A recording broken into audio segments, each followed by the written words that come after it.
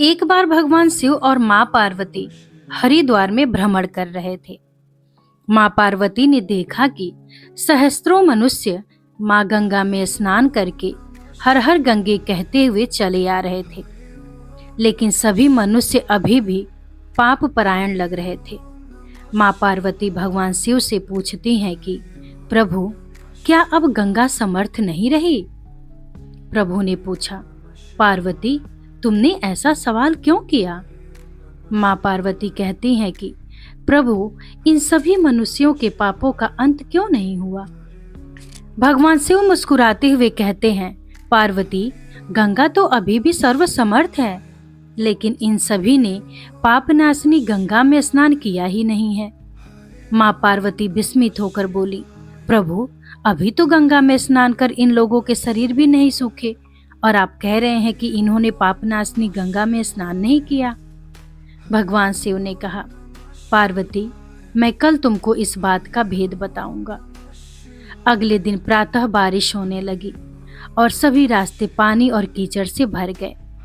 भगवान शिव एक वृद्ध का रूप बनाकर एक गड्ढे में ऐसे बैठ गए कि मानो वह इसमें गिर गए हैं और उनसे वृद्धावस्था के कारण निकला भी नहीं जा रहा है।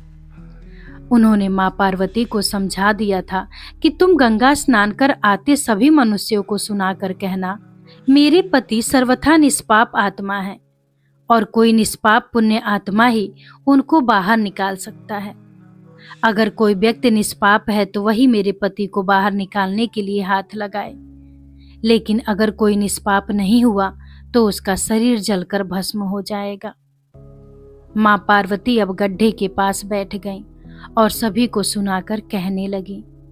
हर कोई सुंदर स्त्री को प्रलाप करते हुए देखकर रुक जाता। एक सुंदर स्त्री को वेदना में देखकर हर कोई उनकी मदद के लिए तैयार हो जाता, लेकिन जैसे ही वह वृद्ध वेशधारी भगवान शिव को बाहर निकालने के लिए हाथ बढ़ाने लगता, माता पार्वती तुरंत उन्हें टोक देती। वह कहती, मेरे पति सर्वथा निष्पाप आत्मा है और कोई निष्पाप पुण्य आत्मा ही उनको बाहर निकाल सकती है। अगर तुम निष्पाप हो तो मेरे पति को बाहर निकालने के लिए हाथ बढ़ाना। मैं तुम्हें पहले ही चेतावनी दे देती हूँ कि अगर तुम निष्पाप नहीं हुए तो तुम्हारा शरीर जलकर भस्म हो जाएगा। इतना सुनते ही हाथ बढ़ाने वाले हाथ पीछे कर लेते, क्योंकि उनको लगता था कि हमने जीवन में कभी न कभी तो पाप किया ही होगा। दूसरे उनके मन में आता है, इस बुढ़े के लिए क्यों अपनी जान जोखिम में डालना। इस तरह सुबह से लेकर संध्या हो गई। हजारों लोग स्नान कर कर चले गए, लेकिन किसी ने भी वृद्ध को निकालने की हिम्मत नहीं की। शाम के समय एक युवक हाथ में लोटा लिए वहां से गुजरा तो माँ पार्वती ने उसको भी अपनी व्यथा सुनाई। जब वह मदद करने के लिए हाथ बढ़ाने लगा तो उससे भी वही बात कही गई जो अब तक वहां से गुजरे हजारों लोगों को कही गई थी। अगर तुम सर्वथा निष्पाप हो तो ही मेरे पति को हाथ लगाना, नहीं तो तुम भस्म हो जाओगे। वह युवक बोला, माता, मैं अभी तो पतित पावनी गंगा में स्नान करके आया हूँ और गंगा स्नान के पश्चात तो सभी पाप नष्ट हो जाते हैं।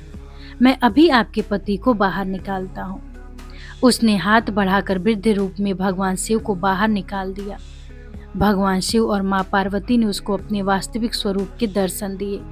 भगवान शिव बोले, देखो पार्वती, हजारों लोगों में से केवल एक युवक ने ही पूरी श्रद्धा से स्नान किया था कि गंगा स्नान से व्यक्ति निष्पाप हो जाता है।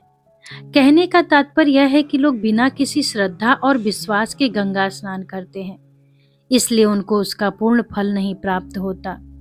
इसका अर्थ यह कदापि नहीं है कि गंगा स्नान का फल नहीं मिलता, लेकिन गंगा स्नान का वास्तविक फल उसी को मिलता है जो पूर्ण श्रद्धा भावना से स्नान करता है।